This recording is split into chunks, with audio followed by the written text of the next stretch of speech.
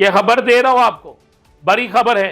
काइंदा का वजीर आजम लियाकत चट्टा के ऐलान के बाद 5 से 6 और बड़े ऐलान होने जा रहे हैं कि उस कमिश्नर ने फना डीसी को कहा था कि रिजल्ट बदल दो और उस डीसी ने इनकार कर दिया था। मुझे बहुत सी चीजें तेजी से तब्दील होती नजर आ रही हैं, तो फिर वो अपनी मनपसंद किसी ऐसी शख्सियत को इक्तदार में लाने का प्रोग्राम बना रहे हैं, तो उसका तल्लक बलोचिस्तान से होगा, जिसको मुस्लिम लीग नून। एक खबर और आपको दे दूं, ये खबर बड़ी अहम तरीन खबर है।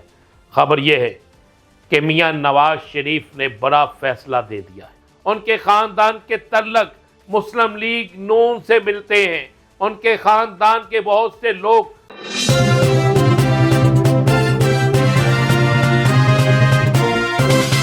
बिस्मिल्लाहिर्रहमानिर्रहीम, अस्सलातु वस्सलामु अलैका या सय्यदी या रसूल अल्लाह, अस्सलातु वस्सलामु अलैका या सय्यदी या हबीब अल्लाह। तमाम सुनने वालों को अस्सलाम वालेकुम। मैं हूं राना ज़ी।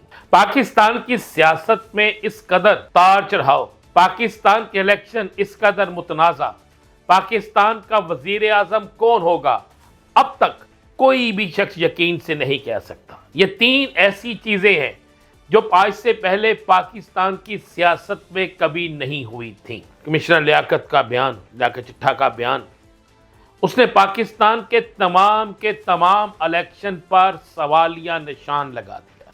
वाह बयान है जिसके बाद पाकिस्तान के चीफ जस्टिस साहब को भी यह कहना पड़ा है, वजाहत देनी पड़ी है, इलेक्शन कमीशन को भी वजाहत देना पड़ी है, और तो और बाकी सियासी जमातों की तरफ से इस तरीके से प्रेस कॉन्फ्रेंस हो रही हैं जैसे कोई बहुत बड़ा पहाड़ गिर गया हो।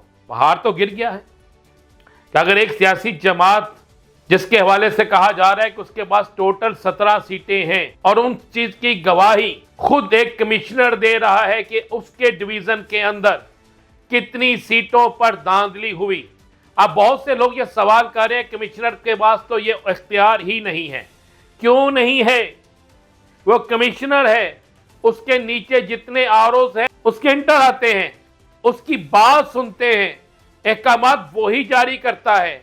याद करें, मुजीबुर रहमान शामी ने भी एक कमिश्नर का हवाला दिया था कि उस कमिश्नर ने फना डीसी को कहा था कि रिजल्ट बदल दो और उस डीसी ने इनकार कर दिया था। ये चीजें ऑन रिकॉर्ड हैं और इस वक्त जो सूरत हाल बन चुकी है और जो सूरत हाल बनने जा रही है या जो सूरत हाल बनेगी, इन तीनों के हवालों से अगर देखा जाए तो पाकिस्तान की सियासत में मुझे बहुत सी चीजें तेजी से तब्दील होती नजर आ रही हैं। इन तेजी से तब्दील होती चीजों में यह बिल्कुल वाज़ेह है कि आइंदा का वजीर आजम शायद शरीफ खानदान में से ना हो। यह खबर दे रहा हूं आपको, बड़ी खबर है। आइंदा का वजीर आजम शायद शरीफ खानदान में से ना हो, और अगर वो शरीफ खानदान में से नहीं होता तो उसका तल्लक बलोचिस्तान से होगा, जिसको मुस्लिम लीग नून और पीपल्स पार्टी सपोर्ट करेगी।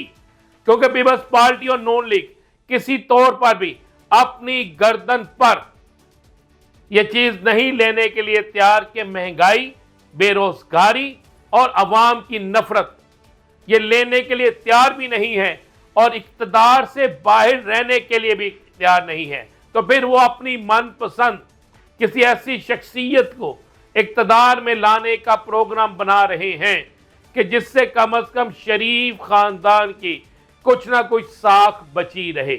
लेकिन आपको मैं खबर दे रहा हूं, आज लियाकत चट्टा के ऐलान के बाद 5 से 6 और बड़े ऐलान होने जा रहे हैं। 5 से 6 और बड़े इस्तीफे आने जा रहे हैं। 5 से 6 और बड़े नामवर अफराद जो है वो इस बात का इंकशाफ करने जा रहे हैं कि किस तरीके से उनसे धांधली करवाई गई या किस तरीके से उन्होंने धांधली करवाई। ये तमाम चीजें खुलकर सामने आ रही हैं। अब बहुत से इल्जाम लग रहे हैं कि लियाकत चट्टा जहनी तौर पर ठीक नहीं, तो जहनी तौर पर ठीक जो नहीं है उस शख्स को क्या तैनात करना दुरुस्त था? उसकी मौजूदगी में इलेक्शन करवाना दुरुस्त था?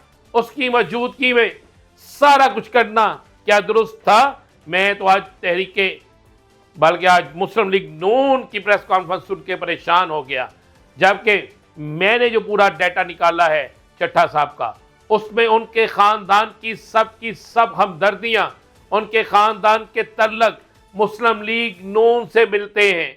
उनके ख़ानदान के बहुत से लोग जो सियासत में हैं वो मुस्लिम लीग नून के साथ सियासत में हैं।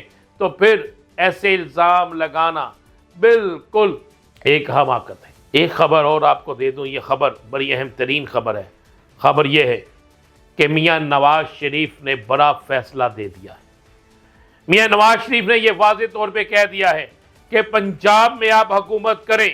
वफाक में हुकूमत के लिए शर्त रखती है कि पाकिस्तान पीपल्स पार्टी अगर 50-50% पर आती है तो फिर हुकूमत होगी, नहीं तो फिर पंजाब के अलावा हम कहीं हुकूमत का हिस्सा नहीं बनेंगे। तो फिर कौन होगा वज़ीर आज़म, बताएंगे आपको जल्द। इजाज़त दीजिए, अल्लाह हाफ़िज़।